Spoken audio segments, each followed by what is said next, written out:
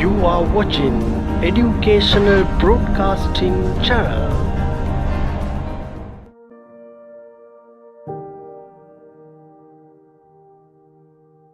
ආයිබෝවන් ගිණුම්කරණයේ 12 වසර ආරම්භ ගිණුම්කරණයේ 3 වෙනි පාඩම අද තියෙන්නේ. මම ඊට කලින් පුතාට කියලා දුන්නා ගිණුම්කරණයේ අවශ්‍යතාවය, ඊට පස්සේ වටිනාකම, ව්‍යාපාර කියන්නේ මොකද්ද? ව්‍යාපාර වලින් අපි ලබන්නා වූ ප්‍රයෝජන මොනවද? වැදගත්කම් මොකද්ද? ඒ වගේම ගිණුම්කරණ ඒකකයක් කියන්නේ මොකද්ද? ඒකකවල කටයුතු කොහොමද සිද්ධ වෙන්නේ? ගිණුම්කරණයක අවශ්‍යතාවම ඒකම පැහැදිලි කරලා දුන්නා. අද මම කියලා දෙනවා තොරතුරු සම්බන්ධයෙන්. තොරතුරු ගිණුම්කරණයක තොරතුරු අපි කියන්නේ විඤ්ඤාපනීය කියලා කියනවා. එහෙම නැත්නම් අපි කියන ඉංග්‍රීසි භාෂාවෙන් ඉන්ෆර්මේෂන් කියලා. තොරතුරු. මොකක්ද තොරතුරක් කියලා කියන්නේ? ගිණුම්කරණය. සාමාන්‍ය තොරතුරක් කියලා කියන්නේ කෙනෙකුගේ දැනුම වර්ධනය කරගන්නට ඉවහල් වෙන. නැත්නම් කෙනෙකුගේ දැනුම වර්ධනය කිරීම නිසා තීරණ ගැනීම ප්‍රයෝජනවත් වෙන ආකාරයේ ඕනෑම දෙයක් අපි කියන තොරතුරක් කියනවා. හරිනේ. කෙනෙකුගේ දැනුම වර්ධනය කර ගැනීමට එහෙම නැත්නම් තීරණ ගැනීමට පාදක වන ඕනෑම දෙයක් අපි කියන තොරතුරක් කියනවා. ඕපාදෝපයක් වුණා තොරතුරක් කියනවානේ. ඒ තුලින් ගන්න පුළුවන් නිගමනයක් හොයන්න බඩ මිනිස්සුන්ට. ඒක නිසා මේ අපි ගිණුම්කරණය තද පොදු ලෝකයේ තුල ගත්ත තොරතුරක් කියලා කියන්නේ කෙනෙකුගේ දැනුම වර්ධනය කරගන්නට තීරණයක් ගන්නට ඉවහල් වෙන ඕනෑම දෙයක් අපි කියනවා තොරතුරක් කියලා. දැන් අපි කතා කරන්නේ ව්‍යාපාරවල. ව්‍යාපාරවල තොරතුරක් කියලා කියන්නේ ව්‍යාපාරිකයාට එහෙම නැත්නම් කළමනාකරුවන්ට එහෙම නැත්නම් ව්‍යාපාර ලෝකයේ ව්‍යාපාරික තොරතුරු බලාගෙන සිටින අයට ව්‍යාපාරයේ පිළිබඳ දැනුම ලබා ගැනීමට ව්‍යාපාරිකට තීරණ කර ගැනීමට ඉවහල් වෙන ඕනෑම දෙයක් අපි කියනවා ව්‍යාපාරික තොරතුරක් කියලා. හරිද? මෙතන මතක තියාගන්න ඕනේ අපි කතා කරන්නේ මේ තීරණ ගන්නේ ව්‍යාපාරික මූල්‍යමය පැත්ත. හරි? ව්‍යාපාරික මූල්‍යමය තොරතුරු මගින් ව්‍යාපාරයේ තත්ත්වය පිළිබඳ අවබෝධයක් ලබන්නට, දැනුමක් ලබන්නට, එහි වර්ධනය පිළිබඳ තීරණ ගැනීමට හේතු වෙන දෙයක් තමයි අපේ ව්‍යාපාරික තොරතුරු කියලා කතා කරන්නේ. දැන් ගොඩක් වෙලාවට ව්‍යාපාරික තොරතුරු ලබා ගන්නට ඉවහල් වෙන දේවල් තමයි ව්‍යාපාරයේ කරන ගිණුම් කටයුතු ලබා ගන්නා වෙළඳ ගිණුම, ලාභාලාභ ගිණුම, ඒ වගේම ශේෂපත්‍රය. ව්‍යාපාරික වෙළඳ ගිණුම, ලාභාලාභ ශේෂපත්‍ර ඉදිරි පාඩම් වලට පැහැදිලි වෙන්නේ. තල වශයෙන් මම කියන්නම් වෙළඳ ගිණුමකින් සිදුවෙන්නේ ව්‍යාපාරයේ ලාභය දල වශයෙන් ගණනය කිරීම. ලාභාලාභ ගිණුමකින් කරන්නේ ඒ දල වශයෙන් ලබාගත්තු ලාභයට යම්කිසි කාලච්ඡේදයක් තුළදී ලැබුණා හෝ නොලැබුණා හෝ සියලු ආදායම් එකතු කරලා ගෙව්වා හෝ නොගෙව්වා හෝ සියලු වේදම් අඩු කරලා ව්‍යාපාරේ සුද්ධ ලාභය ගණනය කරගන්නේ අපි ලාභාලාභ ගිණුම. හරි. ශේෂපත්‍රයක් කියන්නේ යම් නිශ්චිත දිනකට ව්‍යාපාරයේ තියෙන වත්කම් වකී මොනාකාරයේද කියලා පැහැදිලි කරන ලේඛනය. මේක බලලා ව්‍යාපාරිකයාට හෝ ව්‍යාපාරයේ කළමනාකරුවන්ට ව්‍යාපාරික තීරණ ගැනීමට පහසු වෙනවා. ඔවුන්ට පුළුවන් ඉන්න ව්‍යාපාරයේ කොතනද තියෙන්නේ කියලා. දැන් සරල උදාහරණයක් කිව්වොත් එහෙම ශේෂපත්‍රයක සඳහන් වෙන ණය ගැතිය හෝ ණය හිමිය කියලා කොටස් දෙකක්. ණය හිමිය කියන්නේ අපි ගෙවිය යුතු කට්ටිය, ණය ගැතිය අපි ලැබිය යුතු කට්ටිය. ඕකේ මූල්‍යමය දත්තයන් බලලා අපිට තීරණය කරන්න පුළුවන් මේ ව්‍යාපාරයේ කොච්චර බාහිරට ණයයිද? මේ ව්‍යාපාරයට කොච්චර බාහිරින් මුදල් ලැබෙන්න තියෙනවද? දැනගන්න පුළුවන්. මෙන්න මේ ආකාරයට සොයා ගැනීම තමයි අපිට තීරණ ගන්න පහසු වෙන්නේ. ඒක නිසා ව්‍යාපාරයක් තුළින් අපිට පුළුවන්කම ලැබෙන නිශ්චිත තොරතුරු වලින් ව්‍යාපාර ඉදිරි අනාගතය සැලසුම් කරන්නට, ඉදිරි අනාගතය පැහැදිලි කරගන්නට, ඉදිරි අනාගතය තව එකතු කළ යුත්තේ මොනවද? මේක තීරණය කරගන්නට මේ තොරතුරු කියන එක වැදගත් වෙනවා. හරිය. දැන් එතකොට මේ තොරතුරු කියන එක අපිට පුළුවන් ප්‍රධාන වශයෙන් කොටස් දෙකකට බෙදන්න. එකක් තමයි ප්‍රමාණාත්මක තොරතුරු.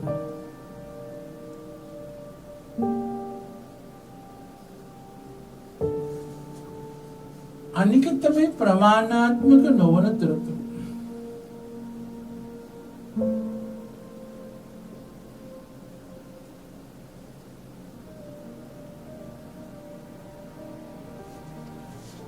මම පැහැදිලිවම කිව්වා අපිට ගෙනමු කරන්නේ ගැන තොරතුරු වැදගත් වෙන්නේ මූල්‍යමය අගයන් පමණයි කියලා.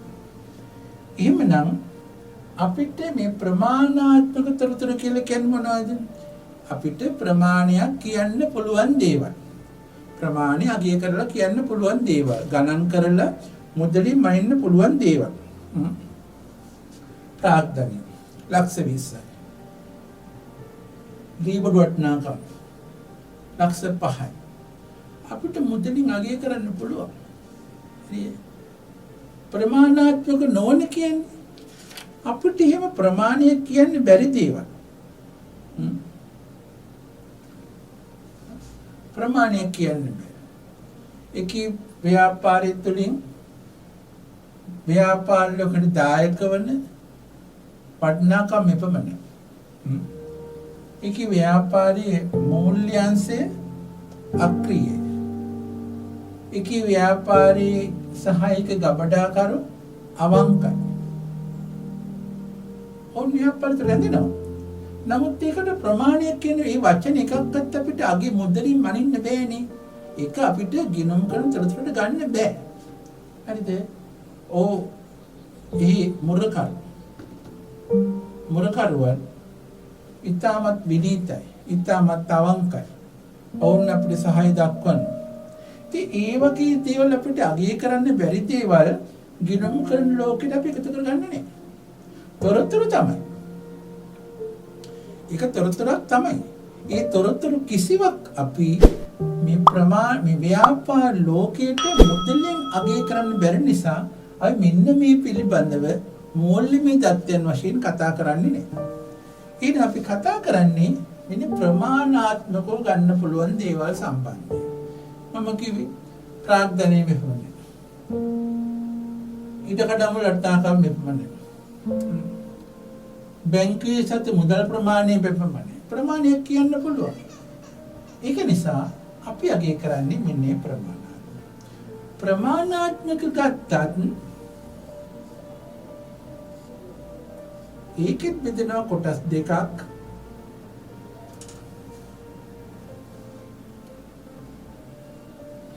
එකක් මූල්‍යමය, අනික මූල්‍යමය නොවන.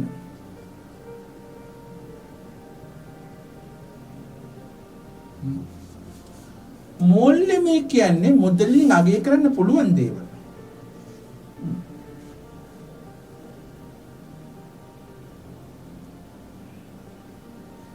හරිද? දැන් එතකොට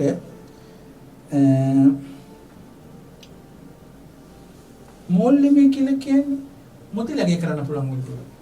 වාර්ෂික ගුණ ප්‍රමාණය මෙච්චරයි. වාර්ෂික ගණන් ප්‍රමාණය මෙපමණයි. හරිද?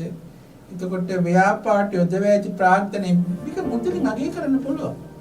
මේ මුදලින් අගය කරන්න පුළුවන් දේ තමයි අපි ව්‍යාපාරට යොදාගන්නේ.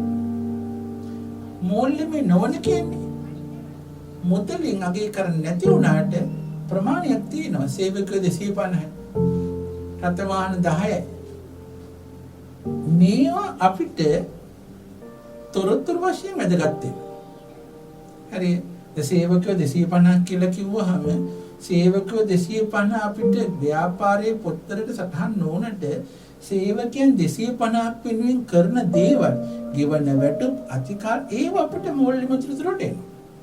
ඒක නිසා මේකේ තොරතුරු අපිට වැදගත් වෙනවා. හරිද? නමුත් අපි ගිණුම් කරන්නේ දීක සටහන් කරගන්නේ නැහැ. ඒකෙන් ලබා ගන්න තොරතුරු තමයි අපි මේකට දාගන්නේ. අන්න ඒක මතක තියාගන්න ඕනේ. එතකොට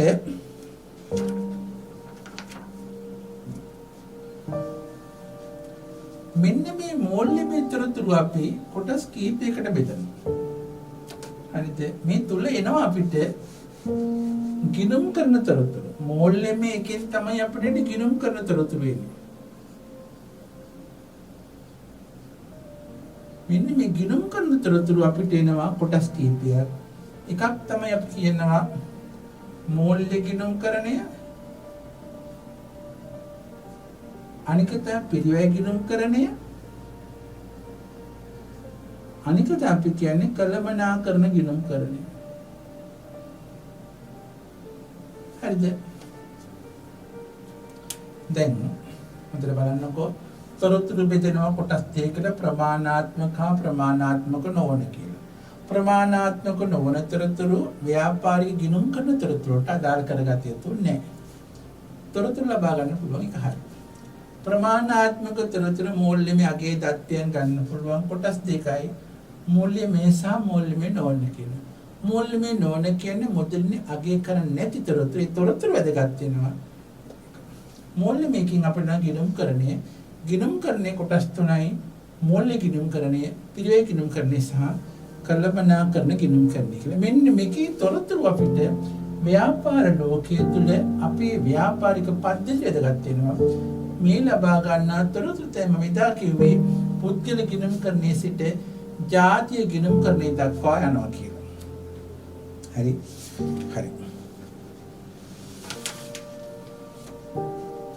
දැන් එතකොට හොඳයි.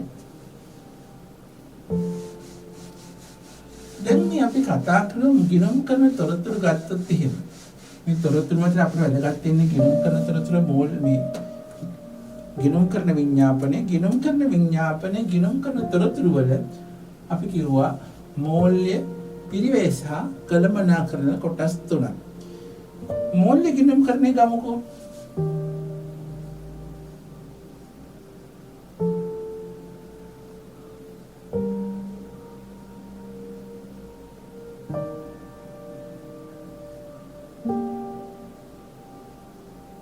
මූල්‍ය ගිණුම් විඥාපනය නැත්නම් මූල්‍ය ගිණුම් කරන තොරතුරු. හරිද?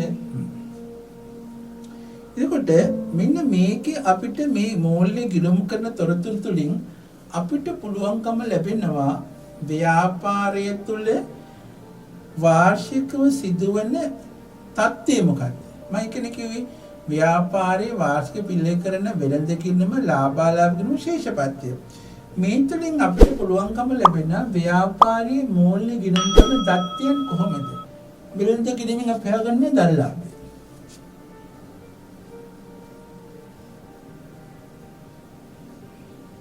අපිට මේකෙන් හොයාගන්න පුළුවන් දලලාභය.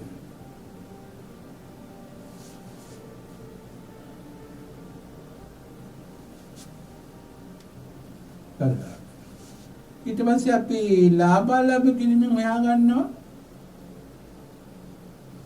සුද්ධ ලාභය.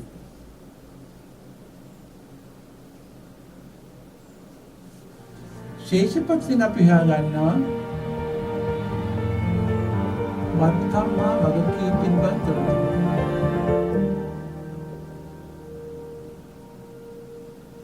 තේරුණාද? මූල්‍ය ගිණුම් කරන විඥාපනයක් තුළින් අපිට ලබා ගන්න පුළුවන් වාර්ෂික පිළිවෙල කරන වෙළඳ කිරීමේ ව්‍යාපාරික තරලාභය, ලාභාලාභ ගිණුම් සුද්ධ ලාභය, ශේෂපත්‍ය වත්කම්මා වගකීම් පිළිබඳ තත්ත්වය. හරිද? එතකොට මෙන්න මේ අගයන් මෙන්න මේ දත්තයන් වැදගත් වෙන අපිට ව්‍යාපාරයේ ගිණුම් කරන කටයුතු සඳහා. නැත්නම් අනාගතයේ ව්‍යාපාරයේ තත්ත්වය කොට රඳවන්න ඕනේ කියන්නේ මේක වැදගත් වෙනවා. අනික තමයි අපි කතා කරන්නේ මේක ඊළඟ කොටස පිරිවැය ගිණුම් කරන්නේ. පිරිවැය ගිණුම් කරන විඥාපනය.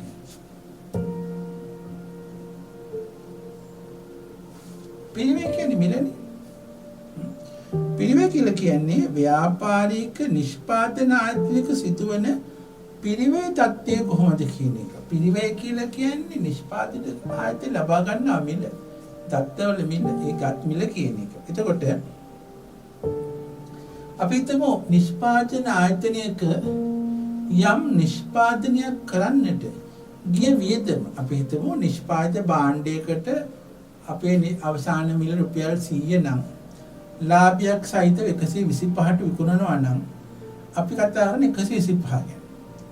එතකොට 100ක් වියදම් වුණා නිෂ්පාදනයේ සඳහා. නිෂ්පාදනයේ සඳහා කිය රුපියල් 100 බෙදෙන ආකාර තියෙනවා. ද්‍රව්‍ය අමුද්‍රව්‍ය වලට කීයක් කියලාද? නිෂ්පාදනාගාරයේ ශ්‍රමයට කොච්චර කියලාද? ඉන්ධන වලට කොච්චර කියලාද? මෙන්න මේ සියල්ල පිළිවෙල ගිනම් කරන එක තුළ අඩංගු වෙනවා. හරිද? එතකොට ඍජු ශ්‍රමය කොච්චර කියලාද?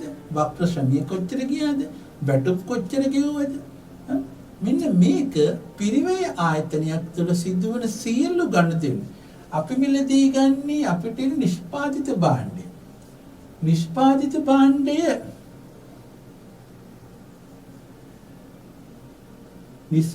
භාණ්ඩය මිල රුපියල් 100යි. හරිද? එතකොට ඒකට එකතු කරන ලාභයක් රුපියල් 25ක. අපි මිලදී ගන්නේ රුපියල් 125ට. හරිද? මේ ඇවිල්ලා අපි මිලදී ගන්නා මුදල.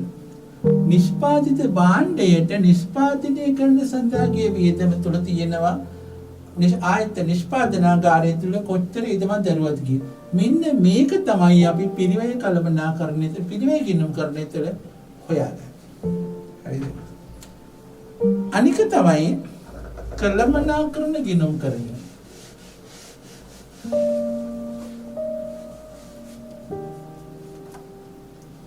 කළමනාකරණ ගිණුම් කරණය.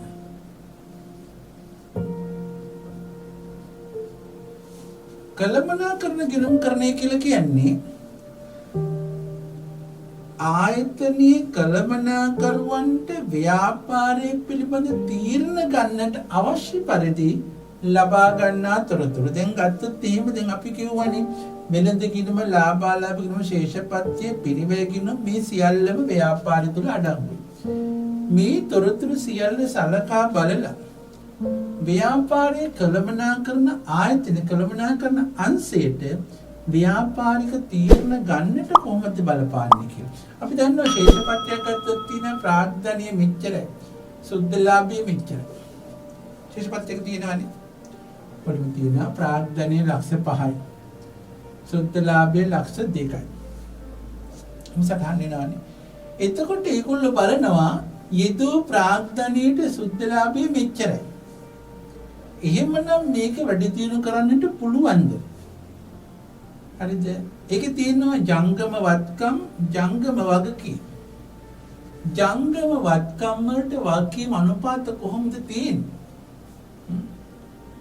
එතකොට මේ අවුරුදු 2019 මේ ලාභය බැලුවා 2018 ලාභෙත් බැලුවා. ඒගොල්ලෝ බලන 2019 මේ ලාභය ලක්ෂ 10යි 2018 ලාභය ලක්ෂ 8යි ලක්ෂ 2කින් ඉහළ ගිහිල්ලා තියෙනවා. එතකොට ව්‍යාපාරයේ 2019 ලාභයේ ලක්ෂ 11යි 2019 ලක්ෂ 10යි. ඇයි ලක්ෂයක පසු බැස්සේ? මෙන්න මෙහිම තීරණ ගන්න කළමනාකරවන්ට ව්‍යාපාරයෙන් තීරණ ගන්නට වැදගත් වෙන තැනක් තමයි කළමනාකරන ගිණුම් කරන විඥාපනය තුළින් අපි ලබා ගන්නෙ. ඒක නිසා මේ මූල්‍ය තොරතුරු අතර මූල්‍ය ගිණුම්කරණය පිරිවෙන් ගිණුම්කරණය සහ කළමනාකරන ගිණුම්කරණයේ කොටස් තුනම ව්‍යාපාරික තීරණ ගැනීමට දැඩිසේ වැදගත් වෙනවා. හරි පැහැදිලි. ඕක තමයි ගිණුම්කරන සම්බන්ධයෙන් අපි ළඟට තියෙනා වූ දැනුම. ඊළඟට අපි කතා කරනවා ගිණුම් කරන කටයුතු සඳහා බලපාන සාධක. ගිණුම් කරන කටයුතු සඳහා බලපාන සාධක. ගිණුම් කරණයක් සිදු වෙනකොට මේ ගිණුම් කරණයට බලපාන හේතු වන දේවල් සාධක කොහොමද තියෙන්නේ? මේ කොටස් දෙකක් තියෙනවා. පරිසර සාධක අපි කියලා කියනවා. මේ පරිසර කියලා සම්සතහන් කරමුකෝ. මේ කොටස් දෙක එකක් තමයි අභ්‍යන්තර අනික තමයි බාහිර.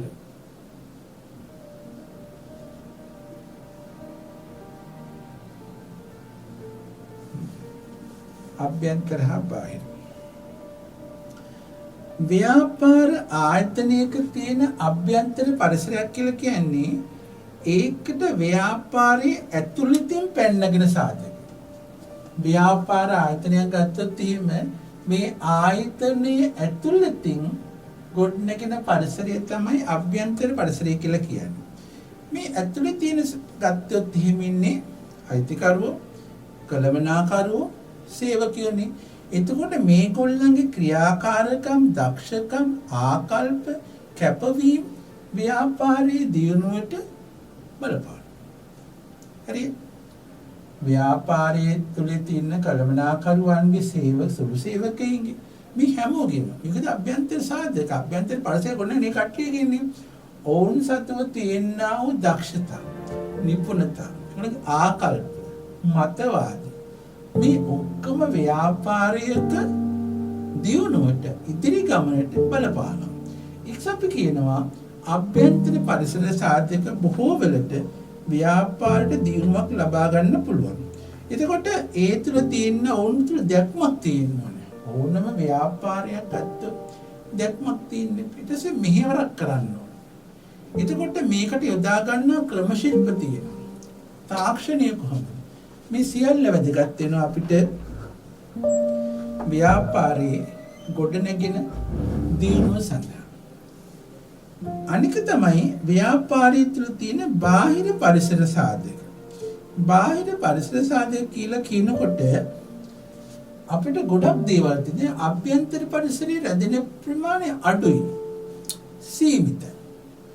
බාහිර කියලා කියන්නේ ව්‍යාපාරික කිරි බලා සිටින, ව්‍යාපාරයේ තත්ත්වය පිළිබඳ සෝදිසියෙන් හිටින, ඒ වගේම ව්‍යාපාරයට බලපෑම කළ හැකි පිටතින් සිටිනා වූ පරිසරය තමයි ව්‍යාපාරික බාහිර සාධක කියලා අපි අදහස් කරන්නේ. එතකොට මෙන්න මේ බාහිර සාධක වලට පුළුවන් ව්‍යාපාරයේ කොතෙන්ද රඳවන්නේ කියලා තීරණය කරන්න. එතකොට මෙන්න මේක අපි ඊළඟට කතා කරන්න පෙළඹෙනවා. මේකේ බාහිර සාධක ගත්තොත් එහෙම කොටස් කීපයක් තියෙනවා. හරිද? ව්‍යාපාරයට බලපෑම ඇති කරන්නට, ව්‍යාපාරය දියුණු කරන්නට, ව්‍යාපාරයේ කටයුතු හසුරවන්නට බලපාන සාධක කීපය. එකක් තමයි නෛතික පරිසරය.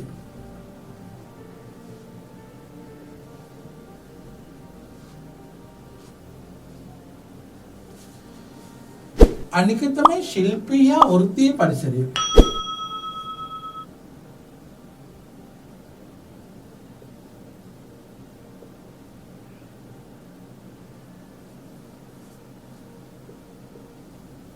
අනික තමයි ව්‍යාපාරික තියෙන ආර්ථික හා දේශපාලන පරිසරය.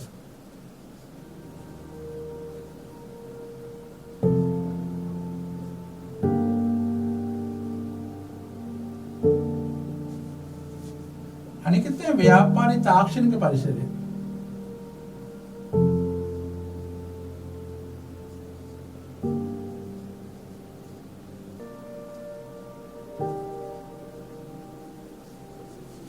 අනික තමයි සමාජ හා සංස්කෘතික පරිසරය.